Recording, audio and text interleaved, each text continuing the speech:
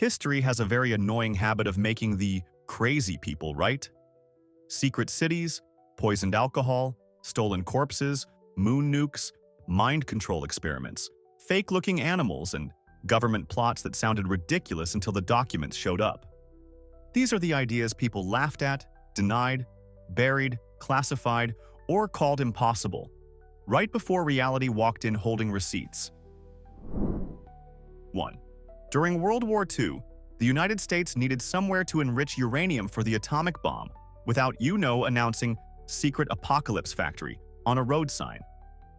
So in 1942, they built Oak Ridge in eastern Tennessee, an entire city that officially did not exist. Within 2 years, more than 75,000 people lived there, with homes, schools, churches, a hospital, and industrial plants so advanced they looked like science fiction with guard towers. It was fenced off, missing from public maps, and most workers had no clue what their tiny task actually helped create. At its peak, Oak Ridge used more electricity than New York City. Then, on August 6, 1945, residents finally learned the truth.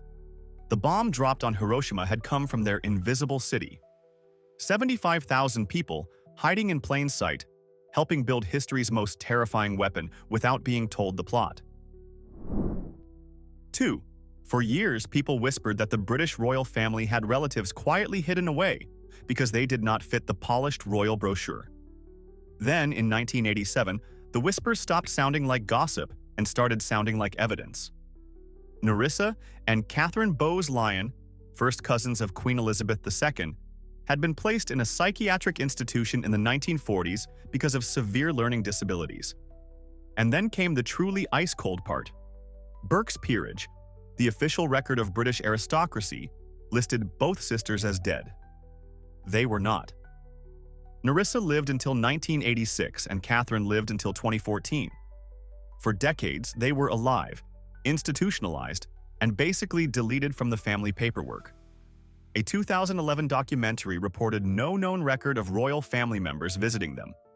Meanwhile, their aunt, the Queen Mother, publicly supported MenCap, a charity for people with learning disabilities, while her own nieces remained forgotten behind institutional walls.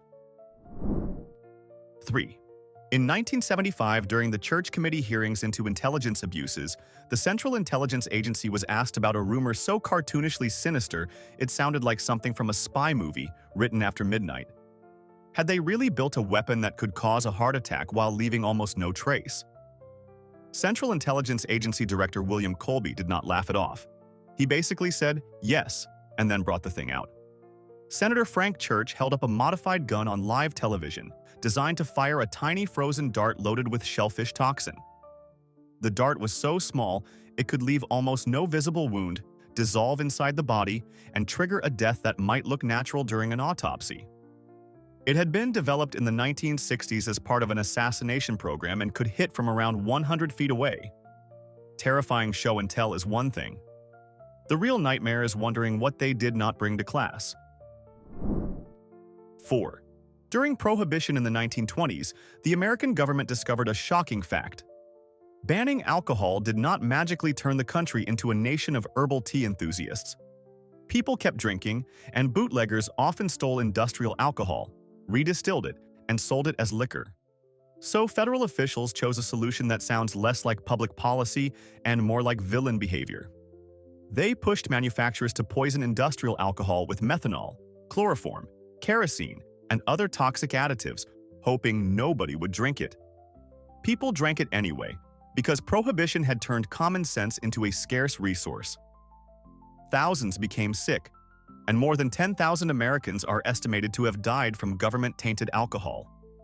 When New York City's chief medical examiner called it legalized murder, federal officials more or less replied that people should not have been drinking illegal alcohol.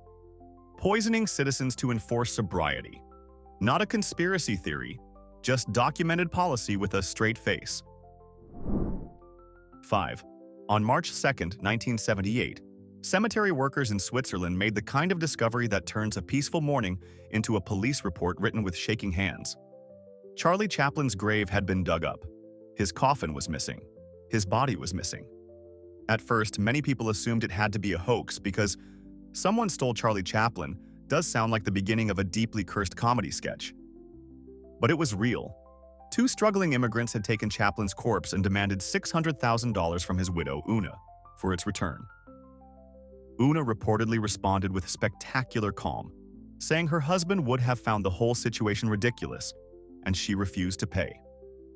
Swiss police traced the ransom calls, arrested both men, and found Chaplin's body buried in a cornfield about a mile from the cemetery.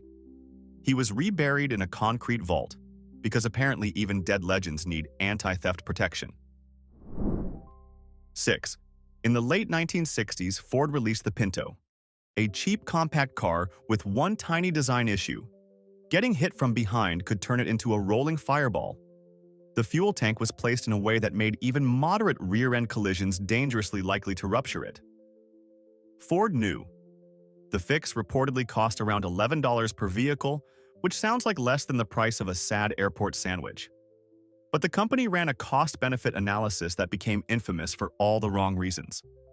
Estimated burn deaths, injuries, legal payouts, and repairs were weighed against the total cost of fixing every car. The spreadsheet said not fixing it was cheaper, so the cars went out. People burned in crashes that should have been minor. When the internal memo leaked, the public reaction was furious. It remains one of the ugliest examples of human lives being squeezed into corporate math and somehow losing to $11. 7. After Pearl Harbor, the United States Navy had a problem that was both serious and deeply awkward. New York's ports were vital to the war effort, and German sabotage was a real threat. So officials went looking for help in the most governmentally embarrassing place possible, the Mafia. They cut a deal with Lucky Luciano, the imprisoned boss of bosses, who was serving a 30 to 50-year sentence. The bargain was simple. Use your criminal network to protect the waterfront, gather intelligence, and help prepare for the Allied invasion of Sicily. In return, Luciano would get better prison conditions and eventually a way out. And, annoyingly for anyone who likes tidy moral categories, it worked. His associates watched the docks, reported suspicious activity, and supplied useful Sicilian contacts before the 1943 landing. After the war, Luciano's sentence was commuted, and he was deported to Italy. The official name was Operation Underworld, because apparently subtlety had left the building. 8. In 1962, the highest-ranking military leaders in the United States produced a proposal so outrageous that it sounds like a conspiracy forum post written in all caps. Operation Northwoods suggested staging terrorist attacks on American soil, blowing up a United States ship, hijacking planes, and creating violent incidents in American cities, then blaming everything on Cuba to justify an invasion. This was not a random fantasy from a basement with poor lighting. It was a formal written plan signed by the chairman of the Joint Chiefs of Staff and presented to the Secretary of Defense. President Kennedy rejected it, and the document stayed classified for decades. For years, anyone saying the military had considered attacking its own citizens would have been treated like they needed fresh air and fewer pamphlets. Then in 1997, the documents were declassified. There it was, official letterhead and all. Northwoods never happened, but the fact that it was seriously proposed is uncomfortable enough. 9. And then there is Project MKUltra, the heavyweight champion of "that cannot possibly be real." Beginning in the early 1950s, the Central Intelligence Agency ran a secret program to test whether human behavior could be controlled through drugs, hypnosis, psychological manipulation, and torture. Their favorite toy was LSD, and they gave it to people who often had no idea what was happening: agency employees, military personnel, prisoners, hospital patients, and civilians who definitely did not sign up for surprise mind experiments. The program spread through more than 130 sub-projects at universities, prisons, and medical institutions. When it was shut down, Director Richard Helms ordered most files destroyed because nothing says innocent research like frantic document shredding. But around 20,000 documents survived because of a clerical error and surfaced during 1977 Senate hearings. People who said the government was experimenting with mind control were mocked for decades. The real delusion was thinking nobody in power would try it. 10. For centuries, sailors came back from the ocean telling stories about the Kraken. a gigantic tentacled monster that could drag ships into the deep. Naturalists mostly treated these tales like rum-soaked fan fiction from men who had stared at waves for too long. To be fair, giant invisible squid demon is a tough pitch without receipts. There were clues. A massive beak washed ashore, a strange tentacle found in a whale's stomach, scraps that hinted at something enormous. Then, through the 20th century, giant squid bodies began turning up. These animals could stretch over 30 feet long, with eyes the size of dinner plates, the largest in the animal kingdom. Still, nobody had photographed one alive in its natural home until 2004, when Japanese researchers captured images over 900 meters down in the Pacific. The sailors were not hallucinating monsters. They were describing a real animal that simply refused to attend science meetings. 11. For generations, European explorers and missionaries returned from Africa with stories of huge, hairy, human-like creatures living deep in the forests. Scientists reacted with the classic academic smile that means, "How charming, please stop talking." Naturalists grouped the reports with unicorns, sea monsters, and other things they assumed had been created by fear, alcohol, or extremely creative travel writing. But local people had been describing these animals all along. Then, in 1847, an American missionary named Thomas Savage obtained skulls from Gabon in West Africa and sent them to anatomists. The Western gorilla was formally described by science, and suddenly the fairy tale had teeth, bones, and a very real taxonomic classification. A massive, intelligent primate had been exactly where local communities said it was. The scientific world had just been too busy being smug to listen. History's lesson here is simple. When people who live near the forest say something enormous lives in the forest, maybe do not immediately file it under dragons. 12.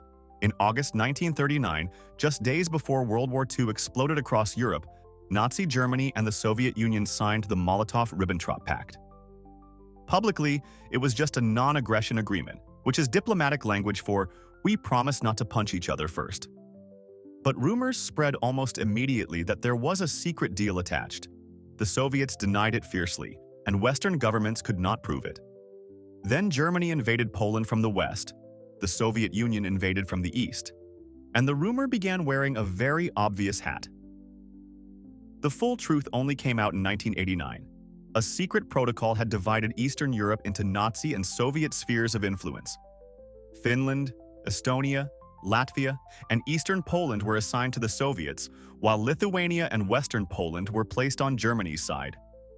Hitler and Stalin had literally carved up countries on paper, then spent 50 years pretending the knife was imaginary. 13. In the 1960s, research was increasingly suggesting that sugar might be linked to heart disease, and the sugar industry responded with the calm maturity of a raccoon caught in a trash can. The Sugar Research Foundation paid Harvard researchers to produce a literature review published in the New England Journal of Medicine in 1967. The review downplayed sugar's role and pushed attention toward dietary fat and cholesterol instead. The researchers were paid the equivalent of about $50,000 today, and the funding was not disclosed.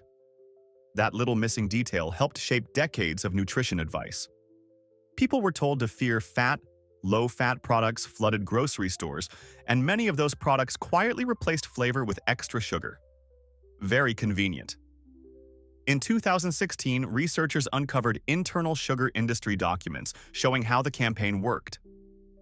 So yes, a giant chunk of modern diet culture was nudged by big sugar writing checks behind the curtain. 14.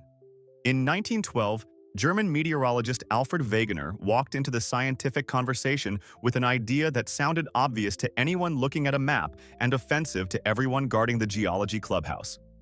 South America and Africa looked like puzzle pieces, he argued, because the continents had once been joined in a giant landmass. The reaction was not polite curiosity. It was professional eye-rolling with footnotes.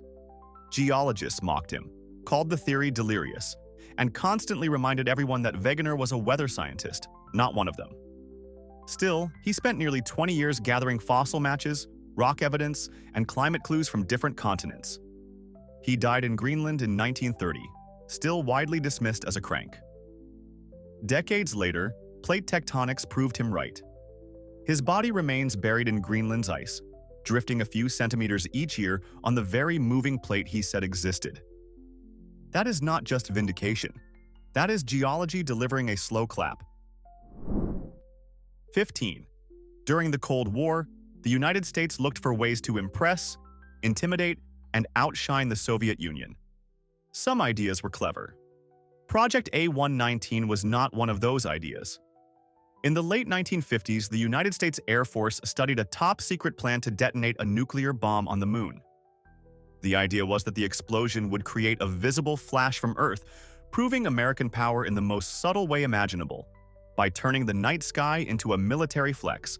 The study was real, classified, and included a young Carl Sagan on the research team, long before he became famous for making space sound poetic instead of radioactive. The plan was eventually abandoned, partly because the political backlash would have been enormous, and partly because someone in the room apparently located the sentence, "Let us not nuke the moon," inside their brain. For a brief moment, Earth's most powerful military considered using the moon as a nuclear billboard. 16. In 1932, the United States Public Health Service began a study in Tuskegee, Alabama, supposedly focused on the natural progression of untreated syphilis. The subjects were 600 African-American men, most of them poor sharecroppers, who were told they were receiving treatment for bad blood. They were not. The researchers deliberately withheld real treatment, even after penicillin became the standard cure in the 1940s. The goal was to watch the disease progress through blindness, organ damage, mental deterioration, and death. The study continued for 40 years, until 1972, when a whistleblower exposed it to the press. By then, many men had died, wives had been infected, and children had been born with congenital syphilis. This was not a medical mistake or a paperwork failure. It was a long, deliberate betrayal by government doctors. Its legacy is one of the most shameful in American medicine, and the distrust it created was tragically earned. 17. During the Manhattan Project in the 1940s, scientists at several American hospitals secretly injected living patients with plutonium without their knowledge or consent.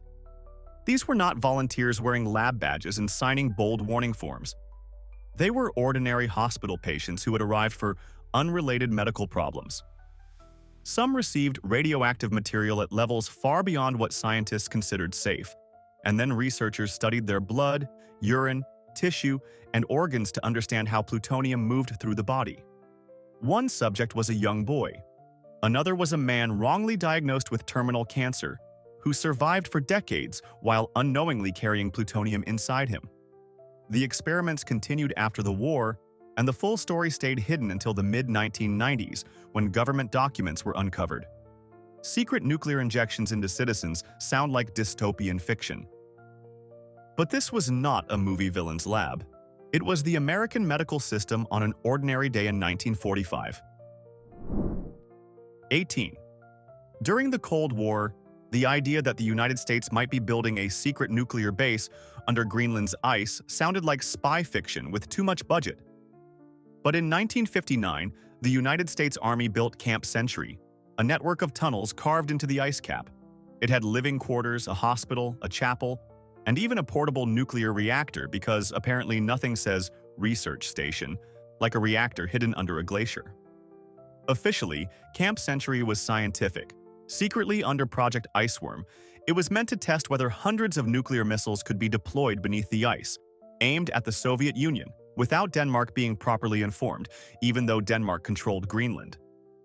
The plan failed because the ice shifted too much, which is the glacier's polite way of saying, absolutely not. Declassified documents emerged in 1996, angering Denmark. The base was abandoned, leaving waste behind that melting ice may one day expose. Cold War planning, bad ideas with long afterlives. 19. For decades, Federal Bureau of Investigation Director J. Edgar Hoover loudly insisted that organized crime in America was basically a myth, something invented by journalists and Hollywood. This would have been more convincing if the mafia had not been loudly existing all over the place. In the New York field office, Hundreds of agents hunted communists, while only a handful focused on organized crime. Why Hoover denied it is still debated. Some historians think the mob may have had compromising information on him. Others think he simply did not want to admit there was a criminal enemy he could not easily crush. Then, in November 1957, police stumbled onto the Appalachian meeting in upstate New York, where dozens of high-ranking mafia figures from across the country had gathered at a private estate. Suddenly, the imaginary crime syndicate had a guest list. Hoover was forced to launch the Top Hoodlum program. The mafia had been operating under his nose while he publicly denied smelling smoke. 20. For years, the Chinese government accused the Dalai Lama of being backed by Western intelligence, and much of the world dismissed it as predictable Cold War propaganda. Then, declassified documents arrived with the awkward energy of a receipt. From the late 1950s into the 1970s, the Central Intelligence Agency paid the Dalai Lama a personal annual stipend of $180,000 as part of a broader covert program supporting Tibetan resistance against Chinese rule. The agency also helped fund and train Tibetan guerrilla fighters at Camp Hale, a secret facility in the Rocky Mountains. The Dalai Lama's administration later acknowledged the funding, saying it was used for political activity rather than personal wealth. That distinction matters, but the core fact remains startling. One of the 20th century's most famous spiritual leaders was, for a significant period, connected to a Central Intelligence Agency covert operation. History is very good at making everyone uncomfortable at the same time. 21. On June 17, 1972, 5 men were arrested inside the Democratic National Committee offices at the Watergate complex in Washington, caught breaking in and trying to wiretap phones. At first, the White House dismissed it as a minor burglary, the political equivalent of "nothing to see here, please ignore the crowbar." But Washington Post reporters Bob Woodward and Carl Bernstein kept digging.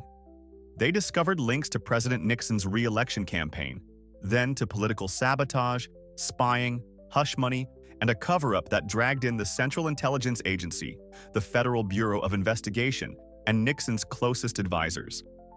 The administration attacked the reporting as slander. The reporters, guided by their source known as Deep Throat, refused to stop. What began as a supposedly ridiculous theory from 2 stubborn journalists became a constitutional crisis. On August 9, 1974, Richard Nixon resigned, the first and only United States president to do so. Turns out the third-rate burglary had a very first-rate cover-up. 22. During World War II, the Japanese military operated Unit 731 in occupied Manchuria, a secret biological warfare program that committed atrocities on a staggering scale. Prisoners were infected with plague, cholera, anthrax, and other diseases. People were subjected to vivisection without anesthesia. Frostbite experiments were carried out on conscious victims. Thousands died in conditions that should never be softened with clever wording. After Japan surrendered, General Douglas MacArthur's command secretly granted immunity to many Unit 731 scientists in exchange for exclusive access to their biological warfare data. When the Soviet Union later put Japanese war criminals on trial and accused the United States of covering for Unit 731, American officials dismissed it as communist propaganda. It was not propaganda, it was true. Some of the people involved in horrific human experimentation escaped prosecution and later built respectable careers because their data was judged more useful than justice. That sentence alone says too much about the post-war world. 23. For most of the 20th century, doctors were confident that stomach ulcers came from stress, spicy food, and too much acid. Basically, your stomach hurt because life was annoying and lunch had betrayed you. Then in the early 1980s, Australian Dr. Barry Marshall and pathologist Robin Warren argued that many ulcers were actually caused by a bacterium called Helicobacter pylori. The medical establishment reacted with the enthusiasm of a locked door. Marshall was mocked, journals resisted the research, and the idea that bacteria could survive in stomach acid seemed absurd to many experts. So Marshall did what no sensible person should casually do. He drank a broth containing the bacteria. Within days, he developed stomach inflammation, biopsied himself, confirmed the infection, treated it with antibiotics, and recovered. In 2005, Marshall and Warren won the Nobel Prize in Physiology or Medicine.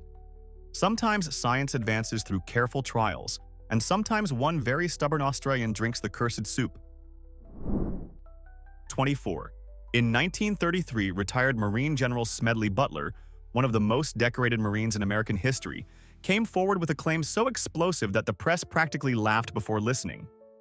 He said wealthy businessmen had approached him about a plan to overthrow President Franklin Roosevelt and install a fascist-style government. The plot allegedly involved mobilizing hundreds of thousands of veterans to march on Washington, with Butler as the respected military face of the movement. Butler reported it to Congress. The media response was brutal, not toward the alleged plotters, but toward Butler. Time magazine called it the best laugh story of the year, which aged about as well as milk in a furnace. A congressional committee investigated and concluded that evidence supported the existence of a conspiracy. And then, somehow, nobody was prosecuted. The powerful men involved returned to normal life, while the attempted fascist coup became a strange historical footnote, confirmed, shrugged at, and filed away like bad weather. 25. For much of the 20th century, saying companies designed products to fail faster so customers would keep buying replacements sounded paranoid. Then the light bulb industry politely ruined that comfort. In 1924, major manufacturers including General Electric, Osram, and Philips formed a secret international cartel known as Phoebus. At the time, many bulbs could last around 2,500 hours. The cartel pushed members to reduce bulb life to about 1,000 hours and even fined companies whose bulbs lasted too long. Imagine being punished because your product worked too well. Researchers later found detailed correspondence showing how filaments were adjusted to shorten lifespan. The Phoebus cartel became one of the classic examples of planned obsolescence, the business model where durable is treated like a contagious disease. So when your modern gadget starts acting haunted right after the warranty expires, remember? The ancestors of this nonsense were light bulb executives in Geneva. 26. After World War II, the United States launched Operation Paperclip, a secret effort to bring German scientists to America before the Soviet Union could recruit them. More than 1,600 specialists were relocated between 1945 and 1959. Many were brilliant. Some were also deeply compromised.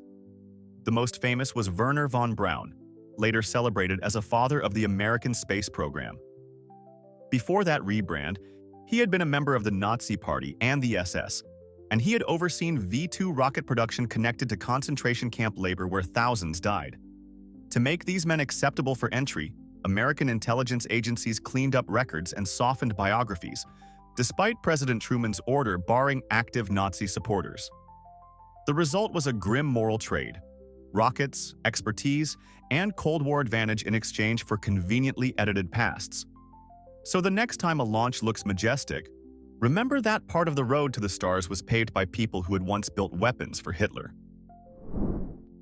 27. In 1633, Galileo Galilei, a 69-year-old astronomer with a telescope and the dangerous habit of being correct, was hauled before the Roman Inquisition. His offense was supporting the idea that Earth revolved around the sun. At the time, the official church position placed Earth at the center of the universe, because apparently the cosmos needed to be arranged like a royal seating chart.